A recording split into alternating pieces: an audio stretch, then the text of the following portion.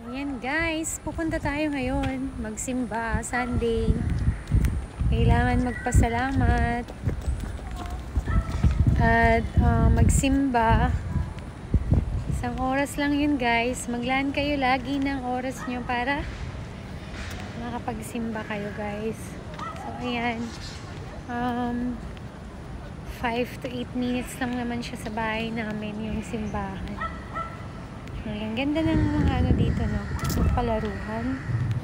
You know. Yun guys, lakad lang tayo. Day off ko kasi. Mamayang gabi, i-date ko yung sarili ko. Di naman kasi natin kailangan ng may kasama para laging lumabas. Kailangan din natin i-date yung sarili natin.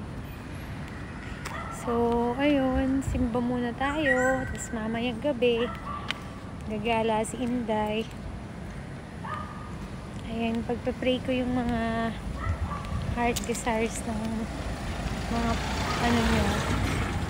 Yung mga gusto ng puso nyo dyan.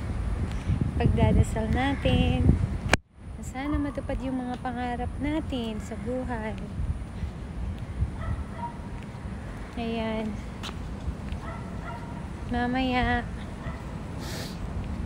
actually pagod talaga ako guys, pero ayoko nag-i-stay sa bahay.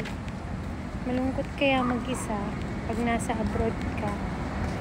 Kaya minsan yung pagla-live na lang talaga tsaka pag-content yung nakakapagpalibang sa aming mga OFW kasi malungkot malayo sa pamilya guys. As in, mahirap. Minsan kapag ka sobrang pagod ka na, kailangan mo pang mag-prepare ng food mo. Alam mo yun, parang mahirap. Mahirap talaga maging OFW. Kaya,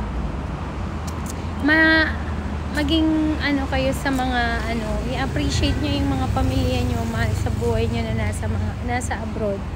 Kasi, mahirap ang buhay sa abroad. Mahirap mag-isa. Ayun lang guys. Thank you. Malapit na ako sa simbahan. Pag-pray ko kayo. Have a great, blessed Sunday sa inyong lahat.